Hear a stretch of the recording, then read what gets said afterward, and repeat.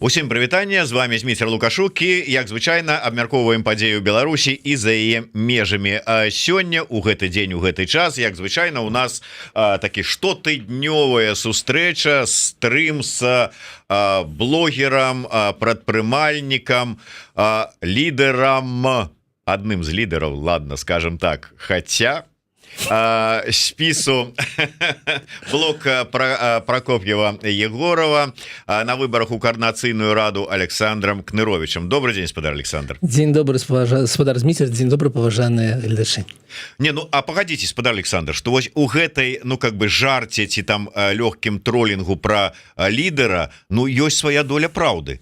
Слухайте, ну гэта не легкий троллинг. Калі гэта кажете вы, гэта выглядае як троллинг. Калі Латушка у наўпростым эфире у Балаганова так і кажа, гэта блок Кныровича, а не Прокопьева Егорова, гэта ўжо не троллинг. Таму, ну вы ведаеце, у нас ўсё ж таки у нас команда 35 чалавек. І таму нехта працуе з дакументамі, нехта робіць там запісы відэо, нехта удзельнічае у сустрэчах на месцах у розных гарадах і розных краінах. Но моя роля вось такая: я кажу, я выступаю публічна, і ну і зразумела, што з маім досведам мінулым астатнія 2 года якія я выступаю публічна, гэта і было так прыдумана. Гэта некая такая неспадзяванка. Так і было запланавана. Ну да, что ж зробіш, калі, скажем, то же самое спадар Пал Палыч, ён сам сабе, можна сказаць, ва ўсіх іпастасях можа выступаць і выступае на ўсіх сваіх, колькі там 21 канале ў соцсетках, то ну не ўсе так могуць, прынамсі у Егорова, я так разумею, ўсё ж таки іншы склад характара. Конечно, ён больш за сэнсы, за методалогію, за глыбіню, не побаюся гэтага слова. Таму вось так, у нас падзелены абавязкі, і гэта меня задавальняе, яго задавальняе. Давайте мы тады да тэмы координацыйнай рады Егорова і ўсіх астатніх звернемся трошку пазней, але ўсё ж таки вы у нас эканаміст. Ну, может быть, уже не ў прамым такім сэнсе эканаміст традыцыйным, як мы это, але чалавек, які разумеецца в эканоміцы, у бізнесе, як гэтыя працэсы працуюць, скажем таки, аналітык, ці вот карацей кажучы, для такія тэмы фінансава-эканамічныя. Я б хацеў вас, ведаеце, што ваше меркаванне спытацца. Была інфармацыя про тое, што беларускія банкі абавяжуць паведамляць у падаткавую пра рахункі фізліц, дзе знаходзяцца вялікія сумы грошай. Гэта што, спроба вылічыць такіх вось багатых людзей і, можа быть, там увесці падатак на багацце, ці вот што, ці... Слухайте, ну гэта увогуле не навіна. Гэта ўвогуле не навіна, таму што нашы банкі, ну гэта ж не банкі, не ведаю якія, кіпрскія ці офшоры недзе на вірджынскіх гэтых выспах, так? Гэта нармальна звычайныя банкі, якія супрацоўнічаюць і з налогавай, і з усімі сілавымі структурамі, і афіцыйна, і неафіцыйна. І все, што вы маеце ў себе на рахунках у банкі, ўсё гэта празрачна. І таму гэты дакумент новы, напэўна, нейкі выйшаў, ён нічога не мяняе ў гэтым сэнсе. Яны і так паведамлялі, і так все было празрачна, но ведаеце, ёсць нейкі асобны там парадак, напрыклад, калі вы робіце там некую грошы пераводзіце там больш за $20,000, ці купляеце, ну, кватэру, машыну, то гэта заўсёды адразу вы бачыць, гэта налогавая наша, ну, падатковая інспекцыя беларуская. Таму гэта просто вылезла зараз, вось так, будзе так. Ну, гэта нічога новага. Ну, можна гэта так сябе ўявіць, што гэта нейкі наступны крок, што яны так хвалююцца, што няма грошай у бюджэце, і таму трэба рабіць нешта з падаткамі, але бы я не звяртаў на гэта ўвагі. Мы так усе ў Беларусі ўсе празрачныя, тыя грошы, якія ляжаць у банках, і таму нічога новага. Калі размова вось ідзе, вот, можа быць, грошай не хапае, трэба вот нешта новае, а навошта ў такім выпадку знішчаць пэўную катэгорыю? Ладно, не будзем гаварыць пра гэтых вось, як яны, ты іх цыцкаю скарміў, а яны тебе продалі гэтыя айцішнікі, але вот малы бізнес, дробныя вот это ўсе іпэшнікі, навошта іх знішчаюць? Хай па капеечцы, але нормальная беражлівая курыца по зернейку клюе. А тут что? Слухайте, у гэтым есть два элемента. Першы палітычны. Палітычны элемент у тым, што наш увесь гэты прадпрымальніцкі клас, а гэта амаль 400 000 чалавек, ён незалежны ад Лукашэнкі. А гэтыя дробныя прадпрымальнікі, яны цалкам незалежныя, яны на яго клалі, і мы памятаем, як яны выходзілі на нейкія страйкі, нешта как бы дамагаліся да яго, нешта ад яго хацелі. Усё. Таму ў палітычным сэнсе гэта незалежныя людзі. А калі мы кажам у эканамічным сэнсе, то, канешне, не так даўно адзін чыноўнік з падатковай інспекцыі ўсё ж такі прагаварыўся. У яго атрымалася так, што калі ты працуеш прадпрымальнікам, індывідуальным прадпрымальнікам, ты плаціш амаль у 4 разы меней падаткаў, чым калі ты будзеш працаваць у выглядзе юрыдычнай асобы. І таму у іх ёсць такі, ведаеце, дзіўны такі пералік, калі мы гэтыя 270 000 чалавек, якія ў нас былі, загонім у 270 000 юрыдычных асоб, они нам будуць даваць не 3% нашага гэтых там падаткаў у бюджэце, а 12%. Можа, у іх есть такі разлік, але ж так не будзе. Ці не разумеюць они, што робяць? Напэўна, ўсё ж такі людзі грамотныя, пісьменныя і разумеюць. Але ёсць такі, знаеце, ведаеце, такі агульны погляд Лукашэнкі на жыццё. Яны яго выконваюць, яны не будуць адказваць за тое, што ў нас зараз доля малога сярэдняга бізнеса ў эканоміцы спала, была 26,6%, а зараз ужо амаль 25%. Яна ў нас падае, таму што яны так працуюць з гэтым. Як ёсць. Добра, тады яшчэ адзін я адкажу тут на каментар зараз. Блогер Живе пытается: Еврорадио пиарит только блог Кныровича. Столько раз он уже здесь был, что я даже не знаю, что он еще нового может сказать. Лучше на гитаре пусть сыграет. Я, конечно, не супраць, каб сыграў на гитары. Я ведаю, что у них недзе ляжыць. Зараз мы, дарэчы, попросім, можа быть, калі ёсць, то попросім, каб прынеслі на заканчэнне сыграе. А ўвогуле, как бы Кнырович быў у спікерах, экспертах Еўрарады яшчэ ў тыя часы, калі быць дэлегатам у координацыйную раду не стала мейнстрымам. І адмаўляцца ад штотыднёвых эфіраў са сваім экспертам з-за таго, што ён троху нейкі вірус хваробы падхапіў і от Прокопьева. Да, от Прокопьева, там может быть от яшчэ там пэўныя людзі ёсць, якіх вельмі любіць Курэйчык у вашым блоку. Але убіўся ў гэтую справу. Как бы мы палічылі непатрэбным. З другога боку, у нас яшчэ ёсць штотыднёвая экспертная праграма з Розай Турарбекавай по панядзелках. Чамусьці вы тут пра яе не ўзгадваеце. А па серадах у нас яшчэ ёсць праграма з праціўнікам усіх блокаў і координацыйнай рады разам. І нягледзячы на гэта, мы чамусьці таксама не адмовіліся ад гэтых стрымаў. Так что пакуль несуць гітару, ведаеце, у меня ў галаве круціцца, я зараз ехаў у таксі і слухаў расійскага дельфіна. Вельмі дзіўна, што я яго слухаю, але мне вельмі падабаецца, у меня ў галаве круціцца гэтая мысль. Дазвольце, я яе для блогера Живе, пока несуць гітару, зачитаю. Ты можешь с ней расцвести и засохнуть, она сожрет себя, как цветок тля. Но все равно уж лучше так сдохнуть, чем жить, никогда никого не любя. Так, что-то у меня в голове играла, чамусьці прыйшло до гэтага, не ведаю. Напэўна, гэта пра координацыйную раду ці пра нешта іншае. Рухаемся далей. Так? Да, давайте, я тут пакуль напісаў, каб нам калегам, каб прынеслі гітару, калі яна сапраўды там ёсць. Я правда не ведаю, ці ёсць ці няма, тому что гітара гэта нашай калежанкі, яна перыядычна з ёй прыходзіць, але і перыядычна носіць, забірае з сабой. Я хацеў яшчэ адзін, дзе гэта прапала гэтая навіна з карацей кажучы, Магадан.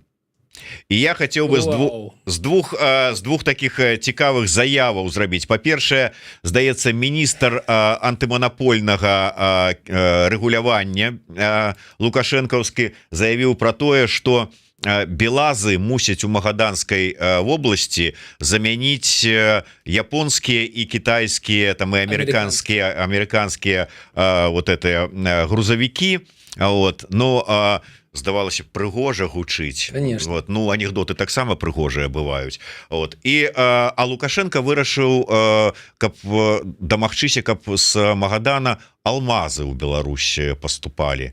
Так вот, што не так у абедзвюх гэтых навінах? Слухайте, ну чым далей жывем, тем болей безглуздзіцу несуць гэтыя людзі. Вось здаецца, как бы чым далей у лес, тем не ведаю, там воўкі такія здаравейшыя. Так, Магадан прыязджаў до нас, гэты таварыш губернатар, і мы яму тут рассцелілі гэтую вялікую, как бы вялікую, не ведаю, як сказаць, дыван перад ім, і выглядае гэта так, што у нас, ну, заўтра пачнецца такая супраца, што вось просто мы вось парвем Магадан. У рэчаіснасці Магадан гэта рэгіён, у якім было 600 000 чалавек напрыканцы 80-х гадоў, калі сканчаўся Савецкі Саюз, і дзякуй Богу. А зараз там жыве 130 000 чалавек. Гэта як Барысаў. Гэта такі вельмі маленькі горад, і калі гэта людзі кажуць пра тое, што мы зараз наладзім супрацу з Магаданам, адчынім там, не ведаю, краму, будзем там нешта прадаваць, там малако ці мэблю ці штосьці іншае, ну гэта вось, гэта як Барысаў. Калі мы будзем туда пастаўляць усё, што ёсць, прынеслі гітару, і гітара, і банэс, слухайце, сур'ёзная рэч. Так, вы завершайце, вот я тут поставлю. Так, добра. І калі мы будзем как бы об гэтым казаць, ну гэта безглуздзіца цалкам, тым больш, што алмазаў няма у Магадане. Ну ведаеце, как бы алмазы гэта на амаль на 2000 кіламетраў, трохі сюды бліжэй да туда на поўдзень і бліжэй да кантынента, яны у Якуціі, а у Магадане ўвогуле няма алмазаў, таму калі Лукашенко аб гэтым казаў, то гэта губернатар, ведаеце, ну так зрабіў так. Ну, нічога не стаў яму, не стаў яго папраўляць, бо, конечно, не будзе ніякіх алмазаў магаданскіх у Беларусі. Што ж датычыцца белазаў, ну, таксама паглядзіце на мапу, што бліжэй да Магадана Японія ці Беларусь. Тым больш, што усе кампаніі, якія працуюць там у Магадане, яшчэ усе прыватныя. І гэта справа прыватнага ўладальніка, як ён будзе, ну, ці кіраўніка, які ён будзе купляць белазы, ці ён будзе купляць камацу, ці ён будзе купляць нейкія, ну, не ведаю, як там амерыканскія гэтыя машыны завуцца. Да губернатара гэтага ніякага дачынення не мае, там гаспадар Богданаў, гэта наш кіраўнік гэтага Марга, лепей займаўся бы нашымі тут справамі, лепей задаў бы себе пытанне, як так атрымліваецца, што галоўным праціўнікам скасавання роумінгу паміж Беларусі і Расіі з'яўляецца беларускія же кампаніі, у якіх дзяржава на 51% валодае долямі. У нас атрымліваецца так, што ўсе за, каб не было роумінга паміж Беларусі і Расію, супраць толькі беларускія кампаніі, аб гэтым наўпрост казалі ў Дзярждуме Расіі, і уладальнікамі гэтымі, уласнікамі гэтай кампаніі з'яўляецца беларуская дзяржава. То бок яна супраць таго, каб не было роумінга. Таму Богданов бы займаўся больш сваёй працай і не лез бы ў Магадан ці ў нейкі іншы далёкі рэгіён. Ну што ж, я прапаную зрабіць музычную паузу, каб вот нам Александр што-нибудь заспяваў, каб праявіў сябе як бард. Она не строит. Зусім? Ну, бачце, стаяла гітара, то ж... А так вот. А есть кто-то, кто с ушами получше, чем меня? Думаю, что не.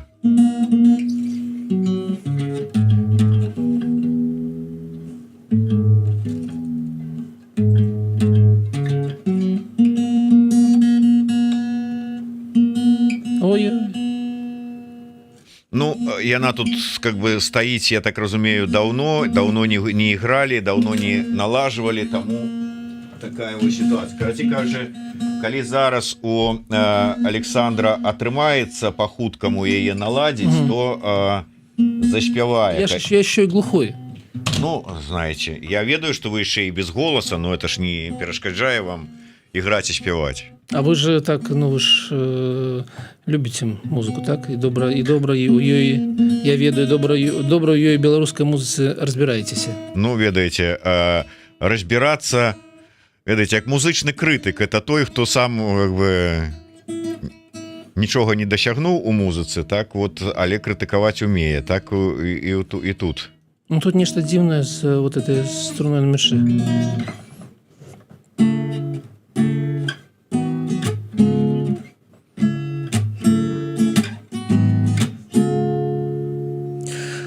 Ай, а вы точно хотите на это потратить эфирное время?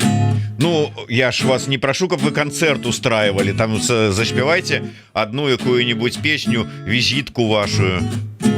Но играл на дне рождения одного очень вельми доброго человека.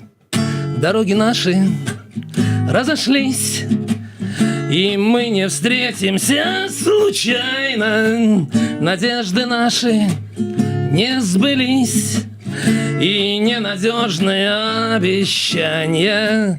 Ты понял, твердой рукой судьба карает безответных, и уповать на Бога тщетно. Богам дороже свой покой. Эх. Ну добра, прадэманстравалі, што ўсё ж таки умее спадар Александр пры жаданні развлекаць публіку не толькі размовамі, але і спевамі. Ну, если что, пойду в варшавский этот самый Переход играть. Ладно, дякую. Давайте все ж таки. Да, давайте до сур'ёзных тэм. Давайте до сур'ёзных тэм, давайте про Я не рыхтаваўся, прабачце. Ну, як кажуць, экспромт наше ўсё, таму чаму ж не. Давайте до сур'ёзнага. Наколькі вось гэта сапраўды, ну то, што не рыхтаваліся, ну прынамсі мы дакладна, але вот тое, што здарылася зараз на выбарах у Координацыйную раду. Мистическая сила. Про что докладно вы хотели бы размаўляць зараз? Давайте поговорим вот про гэтую ситуацию с двумя выбарчымі спісамі, так. Азарова и Турарбекова, так. Наша справа адпаведна и законнасці правопорядок. Ну вот я вижу, у вас тоже как бы нормальных слов нема, больше все матерные. Мне 10 да, 10 не, але все ж таки можно было чакаць, что вот будзе такое развіццё ситуации. Ну давайте поглядзім как бы цалкам на то, як разгортваюцца гэтай падзеі. Что тычыцца больш простага нашай справы. Но мы разумеем, что 257 человек, і некаторыя з іх у першы раз удзельнічаюць некай палітычнай дзейнасці, і да іх прыйшлі, распачалі крымінальныя справы, і гэты ціск усё ж таки паўплывал.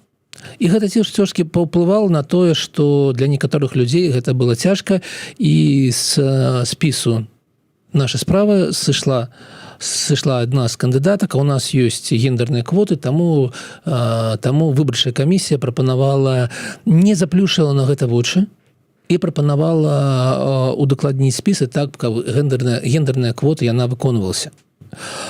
Як я да гэтага стаўлюся? Я вельмі добра зараз стаўлюся да працы нашай выбарчай камісіі. Ведаеце, гэтыя людзі, якія знаходзяцца пад вялікім ціскам, і яны робяць сваю справу так, каб да іх не было ніякіх пытанняў, ніводных пытанняў. Таму што калі паважаная спадарня Аліна Коўшык, калі быў у самым пачатку выбарчай кампаніі, былі з ёй пытання там таксама, не гледзячы на асобы, не гледзячы на таксама нейкі такі ціск. Мы памятаем, як былі нейкія такія звароты аб тым, што ну як жа так, трэба для ёй сделать некае выключэнне. Не, выбарчая камісія працавала па правілах, па законе, па таму, як было прапісана. І зрабіла тое, што павінна было зрабіць. І зараз са спісам нашай справы яна таксама робіць тое, што павінна было зрабіць. Удакладніла, што гэта парушэнне, што трэба гэтыя гендерныя квоты выконваць. Зараз спіс скараціўся нашай справы, што, канешне, не з'яўляецца нічым добрым, але правілы выконваюцца. І выбарчая камісія паказвае, як трэба працаваць. Трэба працаваць па правілам. Не гледзячы на тое, каму ты там спачуваеш, да каго ты адносішся з нейкім іншым адчуваннем, у тым больш, тым не менш трэба працаваць па правілах. Што датычыцца спіса Азарова, тут, канешне, больш складаная сітуацыя. Канешне, гэта сітуацыя такая, но я тут, ведаеце, я знахожуся ў некаторых абмежаваннях. Ведаеце чаму? У мяне зноў Аліна Коўшак запытала на дэбатах, а чаму наш блок не падпісаў вось гэтае там першае было пагадненне, якое там прапанаваў Латушка, о том, што ўсе блокі падпісваюцца за сумленныя шчырыя выбары, што яны будуць себе весці как бы добра і не будуць там неяк кідаць кізяком у канкурэнту. Мы тады яго не падпісалі. Чаму? Таму што мы казалі, слухайце, гэта само сабой, гэта так павінна быць, не трэба падпісваць ніякіх паперак, таму што гэта норма, якая існуе без усялякіх паперак, і ўнутры блока, ну, мы для сябе вырашылі, што мы не працуем з ніякім чорным піарам, мы не хейцім нашых канкурэнтаў, і мне здаецца, за 3 тыдня вось гэтай прадвыбарчай кампаніі няма ніводнага з нашага боку, няма ніводнага моманта, ну, магчыма, Пракоп'яў, але ж гэта ў такіх наўпроставых дэбатах з Латушка, нешта наўпрост яму казаў, как бы, ну, вочы сидзячы. Но мы не рабілі нічога такого, што можна было паставіць, вот, так зразумець, як нейкі чорны піар. Мы выконвалі тое самае пагадненне, якое мы не падпісалі. З іншага боку, там мы назіраем дзейнасць спадара Андрэя Курыйчыка, які знаходіцца ў спісе, які падпісаў гэтае пагадненне, но тым больш вы можете адчыніць яго асабістыя там, ведаеце, соцсеткі і пабачыць, што ён робіць зараз. Таму, калі мы кажам пра Азарова, я не магу выказваць нейкія там меркаванні, якія могуць быць расцэнены як вот гэтую перадвыбарчую как бы гісторыю. Ён знаходіцца, не ведаю, ён можа абскардзіць сённяшняе рашэнне выканкама выбарчай камісіі ці не, но ўсё ж такі ён... Можа, 48 гадзінаў. 48 гадзін. Но ён все яшчэ знаходіцца ў спісах, і таму ўсё, што я магу казаць, тое, што адбылося, гэта ненармальна. Мы чакалі правакацыі, але мы чакалі правакацыі з боку КДБ. Канешне, і канешне яны былі, і былі такія, ведаеце, спробы расшатаць гэтыя праз дзіўных такіх гэтых азаронкаў і жоўтай слівы, і было вось гэта, ведаеце, тое, калі яны вылілі спісы тых людзей, якія там лайкалі ў соцсетках зеркала ці там нашу ніву, гэта была спроба справакаваць і нешта паказаць. Таму тое, што адбываецца недобра, я вельмі спадзяюся, што выбарчая камісія і у моманце з спісам Азарова, з законным парадкам таксама будзе працаваць па правілах, і правілы будуць аднолькавыя для ўсіх. Ну, я ведаю, што людзі самі змогуць зрабіць свой выбар і прыйдуць, ну, так, онлайн прыйдуць да ўчасткаў і выберуць таго, да якого яны маюць больш давер. Ну, вось так. Ну, але, ну, адзначце, што гэта самая цікавая палітычная кампанія, ну, пасля 20-го года. Ну, а тое, што не магло быць абысціся без якіх хіб і вось такіх правакацый, не магло абысціся. Вось яна ў нас ёсць. Добра, але давайте звернемся і да вашага блоку. Ну, давайте звернемся да нашага. Прабачце, яшчэ дагавару момент забыўся. Координацыйная рада у жнівні мінулого года адказала ў даверы спадару Азарову. Я был тады супраць, таму што я казаў, што гэта робіцца не па працэдуры, што яго амаль звальняюць не таму, што ён зарабіў на пасадзе гэтага прадстаўніка, а за нейкія рэчы, якія не маюць дачынення да яго працы. Але тым не менш Координацыйная рада адмовіла яму ў даверы, а Светлана Ціхановская заставіла яго як кіраўніка плана перамога. Слухайте, до нас, давайте. Слухайте, давайте я просто удакладню, бо тут вельмі такая тэма балючая, якая не один раз уздымалася. Давайте. Вот ён, можа быць, там гэтага не зрабіў, тут не парушыў на сваёй пасадзе, вот только что. Слухайте, а інстытут рэпутацыі, ён как бы мусіць існаваць ці не мусіць існаваць? Вот слухайте, глядзіце. Чалавек можа быць на сваёй пасадзе, на публічнай пасадзе, ну вот нічога супярэчлівага не зрабіў. Але як чалавек у сям'і, у грамадстве, ці ўвогуле паводзіны? Я распавяду. У Германии ці ў Італіі фашысцкія партыі могуць балатавацца ў парламент. Это вельмі дзіўна. А у ЗША не забаронена, амаль цалкам не забаронена нацысцкая сімволіка. Яны кажуць, лепей мець справу з тым, што вось так ляжыць на паверсе адчынена, чым заганяць яе пад нейкі дыван, і каб яна там гніла. І таму, глядзіце, што адбылося, напрыклад, з кейсам гаспадарні Кавальковай. Памятаеце, які быў кейс вялікі? І як усе казалі, давайте выганем, там нешта зробім. Не, зараз гаспадарні Кавальковай няма ні в одным спісе. Таму што ўсе разумеюць, што ёсць інстытут рэпутацыі, і ён вось так спрацаваў. І калі мы кажам пра інстытут рэпутацыі, напрыклад, у выглядзе з Азаровым, то людзі ж тоже не дурнейшыя за нас з вами. Калі ён будзе ў спісе, то людзі прагаласуюць за ці супраць. І будзе ўсё зразумела. Калі ўсё гэта будзе ляжаць вот так адчынена, то будзе зразумела, што адбываецца і як працуе наш інстытут рэпутацыі. Вось так. Вось так. І гэта пытанне, канешне, даверу. У нас няма ніякай іншай якой-то структуры, куды б мы маглі падаць, і вот этычная камісія вынесла бы рашэнне. Інстытут рэпутацыі. Таму я вось за гэта. Ну, просто потым тады можна у такім выпадку сказаць, вот людзі не прагаласуюць і такім чынам как бы прагаласуюць за тое, як вот рэпутацыя этого там чалавека, у якім ён стане. Але з іншага боку не заўсёды ёсць магчымасць прагаласаваць, і тады ўзнікаюць пытанні, так а як пакаралі чалавека? Чаму да гэтага часу гучаць пытанні наконт чорнай кнігі Беларусі, наконт этого губазікаўца, наконт Франака Вячорка, які нібыта не прыняў ніякіх мераў. Так і ёсць. Прабачце, а хто кіраўнік у Азарова? Я не ведаю, хто на сёння. На сёння нікога кіраўніка ў Азарова. Калі вы не ведаеце, то ў жніўні 2020 года ўсё яшчэ была Светлана Георгіевна Ціхановская. Ну, на той момент, да. Нічога новага не адбывалася з таго момента, я нагадаю. Таму, калі у вас есть пытанне, што нехта не адказаў, то ёсць месца, куды іх надо накіраваць. І па ўсім гэтым пытанням, якія вы назвалі, таксама ёсць месца, куды трэба накіраваць і запытаць, а каго, што адбылося? Што зрабілі? Ведаеце, я з павагай стаўлюся да працы ўсіх дэмакратычных лідараў, але гэтае пытанне, што ў нас шмат чаго, давайте забудзем, давайте гэта не будзем об этом казаць, давайте замецем гэта кудысьці ў далёкі вугал. Вы правы, так і ёсць. Але зараз у нас ідуць выбары. Выбары будуць ужо заўтра. 3 дні яны будуць ісці, і таму усе гэта пытанне ёсць. Ёсць кіраўнікі ў тых людзей, па якім вы ставіце пытанне, трэба да іх звяртацца і казаць, вы ўсё ж таки адкажыце, тым больш, што вы ж Еўрараду, вы ж СМІ, вы ж можете афіцыйна запытаць, і ці атрымаць адказ, ці не атрымаць адказ. Калі не будзе адказа, то гэта таксама будзе адказ.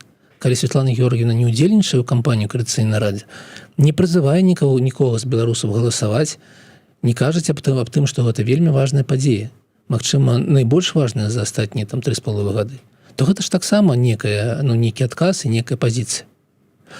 Таму вось так. Добра. Пытанне прыйшло праз донат.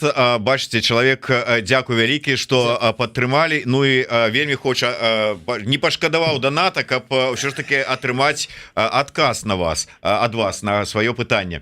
Чаму замест папулізма з подсветкай Варшавы, плакатамі на расійскай мове, рускімі песнямі не направіце ресурс на рэальныя справы, напрыклад, на зборы для нашых ваяроў? Слухайце, у нас няма бюджета. Вот у нас у блока няма бюджета ввогуле. То есть тое, што мы выдаткоўваем на нейкія справы, у тым ліку на подсветку Варшавы, гэта нашы асабістыя грошы.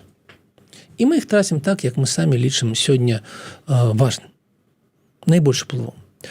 І так можна было бы накіраваць іх на падтрымку ваяроў, можна было б накіраваць іх на падтрымку палітвязняў. Але мы лічым, што будаванне структуры Коаліцыйнай рады у будучыні больш важнейшае, чым тыя, ведаеце, некалькі сотен долараў, якія будуць зараз накірованы на падтрымку ваяроў. Вось такі наш выбар. Мы так сёння лічым, што структура, якая будзе мець давер, якая будзе мець легітымнасць, якая будзе працаваць на карысць усіх беларусаў, вось не цалкам, канешне, людзі, якія сёння ваююць, гэта людзі, якія здзяйсняюць штодзённы подвиг. Але цалкам нам патрэбна Коаліцыйная рада, нам, беларусам. І таму мы робім сёння так. Калі вы лічыце, што гэта папулізм, калі вы лічыце, што трэба рабіць неяк па-іншаму, па-першае, рабіце, па-другое, на выбарах галасуйце за іншыя блокі. У гэтым ёсць выбар, у гэтым ёсць свабода. У гэтым сэнсе для гэтага і праводзяцца зараз такія адкрытыя выбары. Каб вы маглі паглядзець на меня, паглядзець на іншых удзельнікаў і для сябе выбраць, да якога ставіце з большай павагай, з большым даверам. Дзякуй за ваш донат і дзякуй за падтрымку Еврорады. Але вось, дарэчы, я і хацеў бы працягнуць са сваёй, можа быць, калакольні. У мяне ж таксама ёсць свае, можа, крыўдачкі, а можа, сваё бачанне. І вось я, безумоўна, разумею, што гэта ваша бачанне, гэта ваша пазіцыя, і можна патраціць 500 баксаў на падсветку Палаца культуры ў Варшаве дзеля таго, каб Патапаў змог зняць кароткі рылс відэо і паспяхова выкласці яго ў Instagram там ці ў TikTok. Можа, гэта больш важна. Можна павесіць рускамоўны плакат у Кракаве. Можна яшчэ баннеры дзе-небудзь там павесіць і сказаць, мы лічым, што на дадзены момант гэта больш важна. А потом сесці в эфіры і расказваць пра тое, што вот что-то СМІ мала ўвагі надаюць выбарам, і ўвогуле трэба звярнуцца да рэдактароў усіх вядучых СМІ, каб яны паставілі там лічыльнік, каб мы тут, а мы только красивыя такія баннеры развешиваем. А может быть, узяць вот гэтыя грошы замест подсветкі і заплаціць СММщику, каб ён прыгожы баннерчык павесіў на сайце Зеркала, там Еўрарадыо, нашай Нівы, і чалавеку прыемна і вам карысць, не? Вельмі добрае пытанне. І калі вы адчыніце Зеркала, то на некаторых старонках вы бачыце рэкламу ад Гугла, прычым рэкламу выбару Координацыйную раду, на якую Зеркало само ніяк не ўплывае. Гэта вельмі дзіўна, што легчэй было дамовіцца з Гуглом, чым Зеркало. Вось так адбылося. Таму ваша прапанова, яна зараз ужо рэалізуецца. Я нагадаю, гэта не рэклама блока, а гэта рэклама цалкам гэтых самых выбараў. Так? Да, вот я покажу. Яна ёсць, напрыклад, і у нас на сайце под анонсам эфіра з Кныровічам. Вось таксама ёсць, і гэта ёсць. Но бачыце, так ще адно спадару Вадзіму, лідару вашага блока гэтага мала. Журналісты павінны. Ведаеце, спадар Александр? Нет, давайте я адкажу на пытанне про Вадзіма. Давайте, калі дазволіце. Так, спадар Прокопьев звярнуўся да СМІ і получыў адказ. Адмоў. Ну так, ён звярнуўся са зваротам. Гэта было аб тым, што гэта вельмі найбольш буйная, найбольш сур'ёзная падзея, і што СМІ могуць рабіць болей, што СМІ маглі бы зрабіць такі, не ведаю, как лічыльнік, такі абратны адлік, напрыклад, да таго, сколькі засталося да выбараў, і больш так уплываць на сваіх гэтых гледачэй. Але, прабачце, я не ведаю, ці можа Еўрараду ўжо больш зрабіць, чым тое, што яно зрабіла для гэтых выбараў.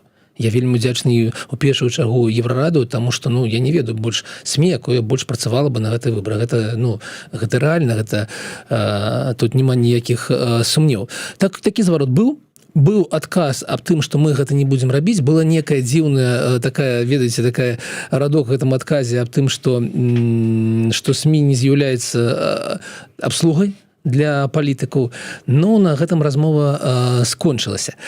Таму што, вось так, ведаеце, яшчэ раз, гэта сітуацыя кажуць аб тым, насколькі мы ўсе незалежныя, і наколькі ў гэтым сэнсе сітуацыя здаровая ўсё ж такі. Ёсць палітыкі, якія жадаюць свайго. Ёсць СМІ, якія незалежна ад палітыкаў робяць тое, што як яны самі лічаць правільна. Ёсць там магчымасць, як вы там правильно казалі, размесціць рэкламу ў СММ. Вось яна размешчана. Так што ўсё на сваіх месцах. Гэта ведаеце, такі дыялог, спрэчкі, але гэта не такое, ведаеце, не цішыня і не некая такое іерархічная структура, дзе нешта там Франак прыказаў і ўсе выконваюць. Не, гэта немагчыма. Мы ўсе незалежныя, дзякуй Богу за магчымасць вось такіх размоў. Вось бачыце, хаця ад спадара Вадзіма гучалі такія фразы, там же ж некаторыя азіраюцца там у бок офіса, што там скажа. Франак, конечно, не сядзіць у гэтых як яны там на рукаўніках шчытавода, але яны ж разумеюць, што дзе-то на рукаўнікі гэтыя у яго там схаваныя і гэтак далей. Слухайце, мы не першую электаральную кампанію пражываем, і я вам адкрыю вялікі сакрэт.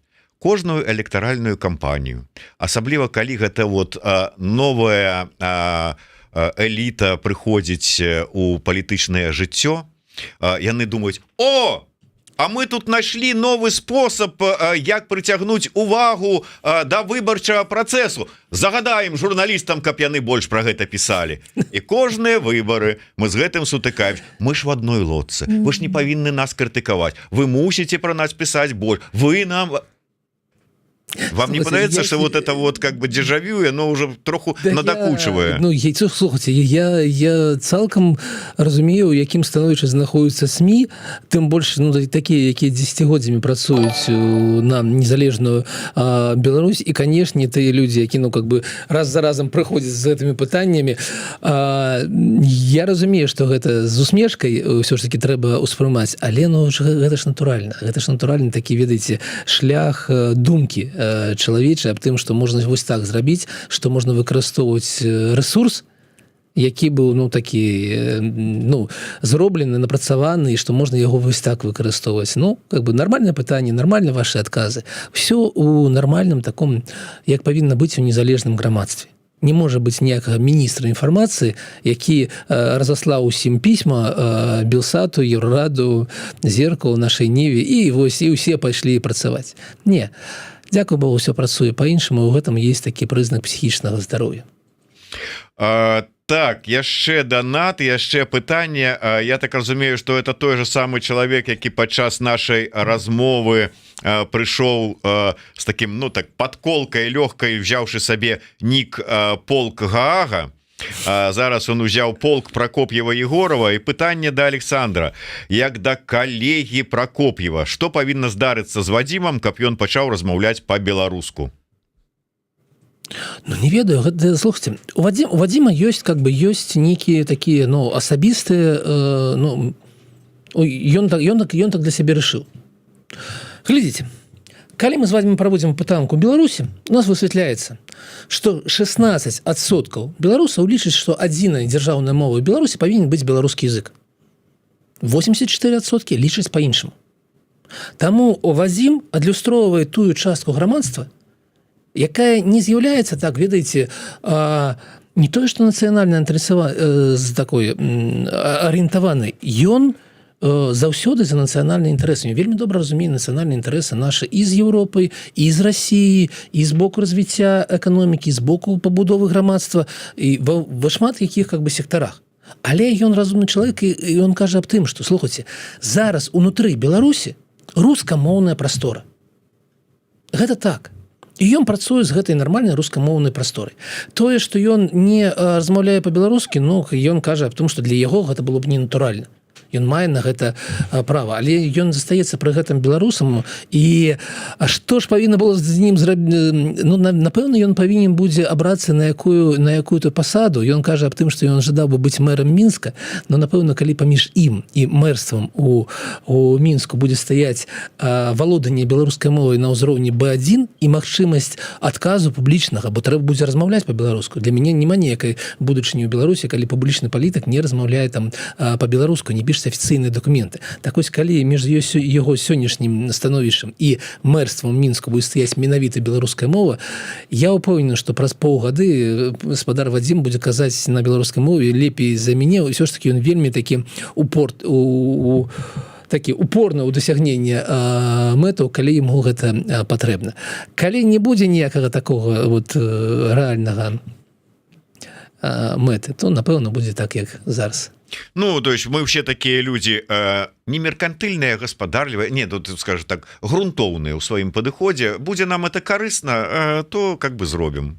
Слухайте, у блоке есть шмат людзей, у першую чаргу я, які, дзякуючы ў тым ліку Еўрараду, навучыўся за астатнія 2 гады ўжо размаўляць па-беларускі, так, што мне самому уже не заўсёды сорамна, хаця яшчэ бывае вельмі сорамна за свае русізмы і нейкія абароты, і мяне яшчэ так это накіроўваюць. Самае галоўнае, што гаспадар Александр становіцца, а можа ўжо і стаў такім добрым прадуманым палітыкам, які ведае, калі што казаць. Он уже некалькі разоў так пахваліў Еўрарада і падзякаваў яму, што сядзіш і думаеш, як ты можаш каверзныя пытаннічкі зараз задаваць, калі тебе тут так... Гэта ж шчыра. ведаеце гэта вы конечно жартуеце, но тое што я кажу я же бачу. Мы ж пачыналі выбарчую кампанію з думкі аб тым, што ніхто не будзе яе асвятляць.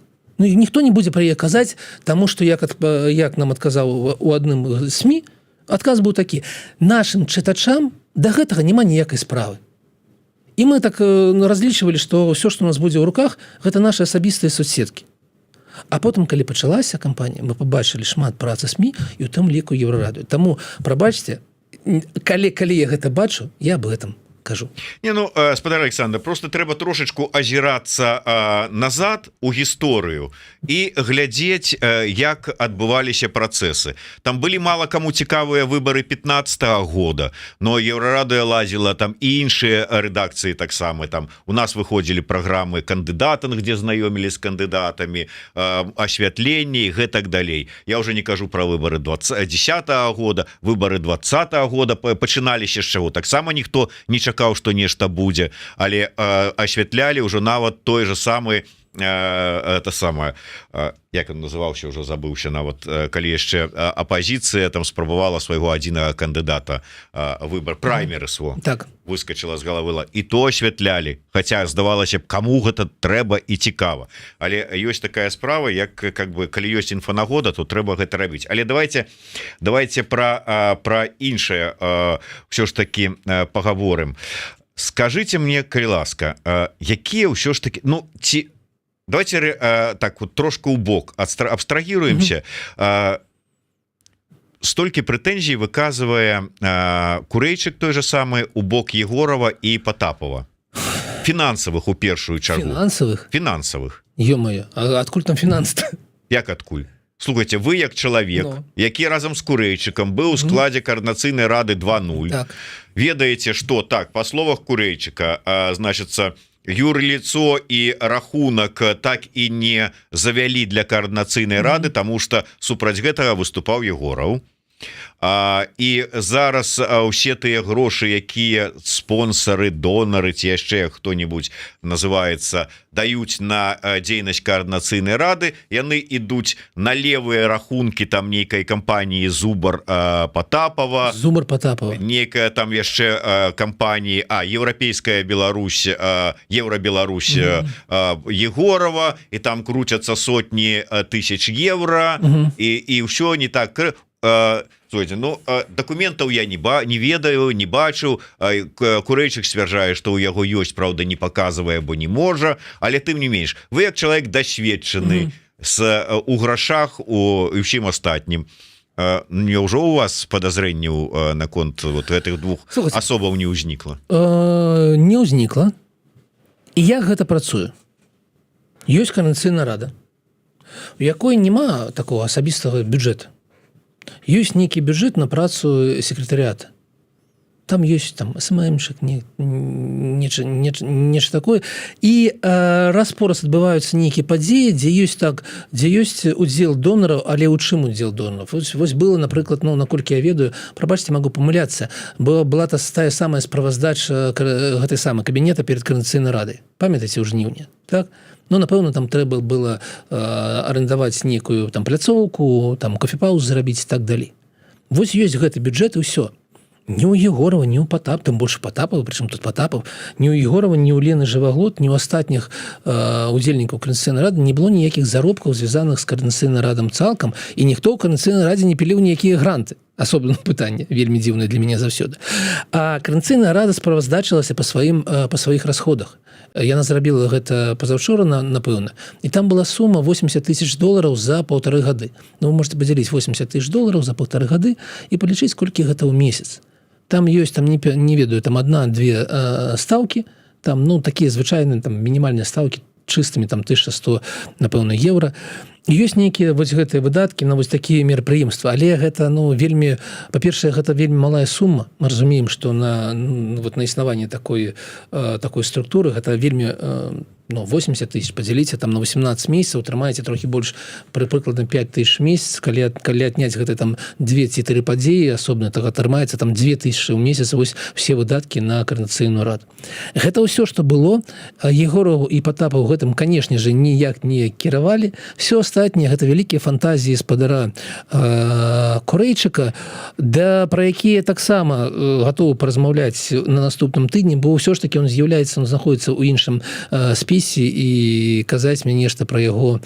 Слушайте, ну тут у дадзеным выпадку не выказванне аднаго сябра спісу ў дачыненні да другого сябра спісу, а размова ідзе пра тое, калі гэта неправда. Вот вы хлусня. Калі гэта хлусня, то вы маеце, ну прынамсі не ад спіса, а прынамсі ад Егорова з Потаповым падаць, ну я не ведаю, там суд. Ведаеце, гэта асабістая справа Егорова і Потапова, не моя, але я бы не траціў на іх месцы на гэты час, таму што час патрэбен для іншае.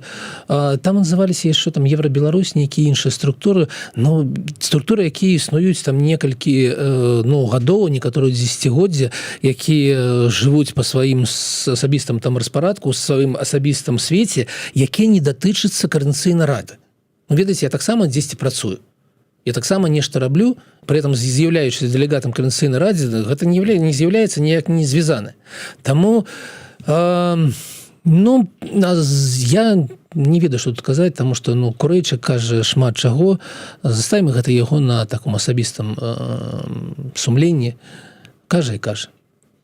Дарэчы, вось тэма все ж таки моўнага пытання, ці дакладней сказаць, вот як палітыкі сябе ў гэтай сітуацыі павінны паводзіць, яна выклікала такую цікавасць наших людзей. Напрыклад, Віктор К. піша: людзей трэба падцягваць на свой узровень, а не займацца папулізмам. І ведаеце, я з гэтай нагоды прыгадываю 20-й год. Так. Я размаўляў з Геннадзем Манько, вы яго выдатна ведаеце. Геннадзь быў у той, ну я не ведаю, там карацей кажучы, быў, праехаў разам вось з гэтым трыо усе гарады ад самага пачатку іх тура перадвыбарча, і ён шчыра прызнаў у маёй размове, што асабліва на самым пачатку, яшчэ да дня галасавання, да жнівеньскіх усіх падзеяў, з боку вось усіх гэта трыо, з боку усяго, хто арганізоўваў гэтыя ўсе працэсы, мітынгі і сустрэчы,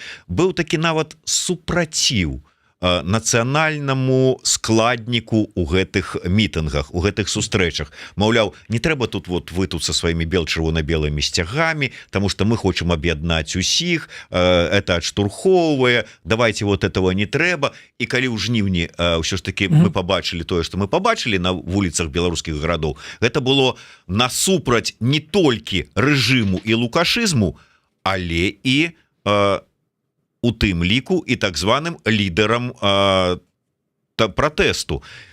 І гэта сведчанне таго, што беларускае грамадства, яно можа быць у нацыянальным ідэнтычным складніку больш дарослае, чым нават палітыкі, якія лічуць себе там лідарамі, меркаваннем і гэтак далей. Можа, і ў гэтай сітуацыі мы тое ж самае маем. І Прокоп'еў можа спасылацца на нейкія там даследаванні, наколькі іх можна сёння праводзіць, сацыялагічныя даследаванні у лукашэнкаўскай Беларусі. Але, можа, рэчаіснасць-то адрозніваецца, 20-й год нам гэта паказаў? Вельмі добрае пытанне, якое патрабуе размовы на гадзіну, а не за тое, што мы засталося 5 хвілін. Глядзіце. Па-першае, я нагадаю, што ў 20-м годзе былі спачатку і чырвона-зялёныя сцягі таксама. Не было такого стаўлення, такого цалкам у людзей у Беларусі, што вось толькі бел-чырвона-белы, а чырвона-зялёны – гэта флаг варожы. Не. Спачатку было такое намаганне ўсё ж таки аб'яднаць людзей. Спачатку было больш нават наадварот. Бярыце сабе тут чырвона-зялёны, это дзяржаўны сцяг, а вот этот давайте не будем сунуть. Вы маеце вы больш дасведчаны ў гэтым моменце, чым я, таму што я быў за кратамі. Вось. І потым, калі адбылося 8 жніўня, 9 жніўня, і калі пачаліся затрыманне, збіццё, і калі пачалося то, што пачалось, мы пайшлі ў той бок. І бел-чырвона-белы сцяг стаў не толькі сцягам нацыянальнага адраджэння, а і сцягам тых, хто супраць вось гэтага ціску на грамадства цалкам. Ён сёння выконвае значна большую ролю, чым выконваў да падзей 20-го года. Гэта тое, што наконт сцяга. Тое, што датычыцца мовы. У нас былі лідары перадвыбарчай гонкі. Да таго, як іх всіх пасадзілі, разагналі і так далей. Віктор Бабарыка, Сергей Ціхановскі, Валерий Цыпкала. Хто з іх з'яўляўся беларускамоўным чалавекам? Хто з іх шоў з беларускамоўнай па такім, ведаеце, праграмай і з праграмай аднаўлення, з праграмай датычка, якая датычыцца менавіта мовы. Не было ж. Ніводзін з них не шоў з гэтай праграмы, але яны былі падтрымлены больш шырокім грамадствам, чым тая частка, якая не тое, што настойвае, а для якой моўнае пытанне стаіць на самым версе, там першае ці другое. І мы кажам пра тое, што вось у гэтым сэнсе гэта была больш шырокая падтрымка. Вы маеце рацыю ў тым, што зараз становішча іншае. Чаму? Глядзіце, тыя, хто з'ехаў, а іх шмат, якія зараз знаходзяцца в эміграцыі, для іх моўнае пытанне, у тым ліку і для мяне, стала тым, што адрознівае беларусаў ад расійцаў, першую чаргу, а па-другое, гэта такі, ведаеце, такі пункцік свой-чужы. І я з вялікай павагай стаўлюся да мовы, і дзякуй Богу, што я магу размаўляць зараз на мове, таму што ў тебя робіцца іншы погляд на свет, калі ты пачынаеш казаць па-беларуску. Але гэта толькі частка.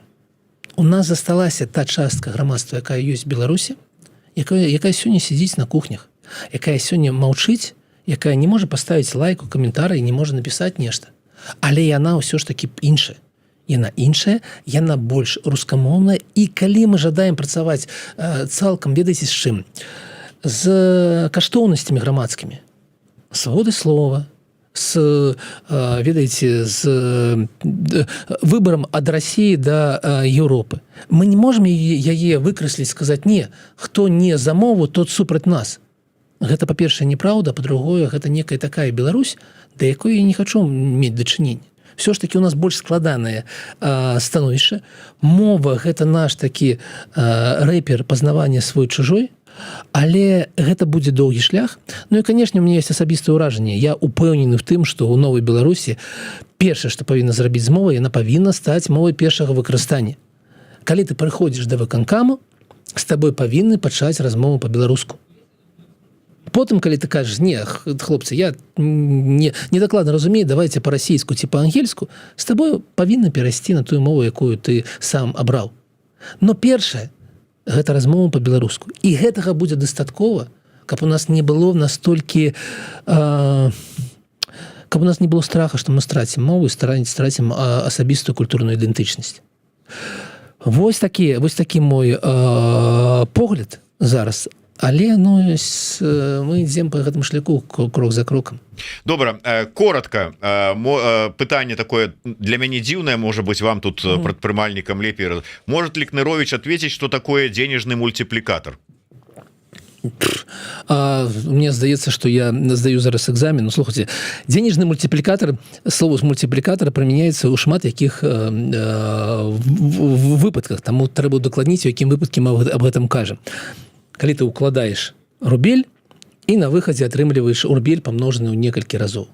Вось гэта называецца мультиплікатор. Напэўна, вы маеце нешта больш такое дакладна ў некам такім адным сегменце. Ну, з вашага пытання гэта незразумела. Но сам па сабе мультиплікатор гэта пазначае павелічэнне, кратнае павелічэнне там у разы. А я вам скажу так, что денежный мультипликатор – это той мультипликатор, які зняў такі выдатны мультик, на якім зарабіў много грошей. Ох, добра, як, слухайте, подловили.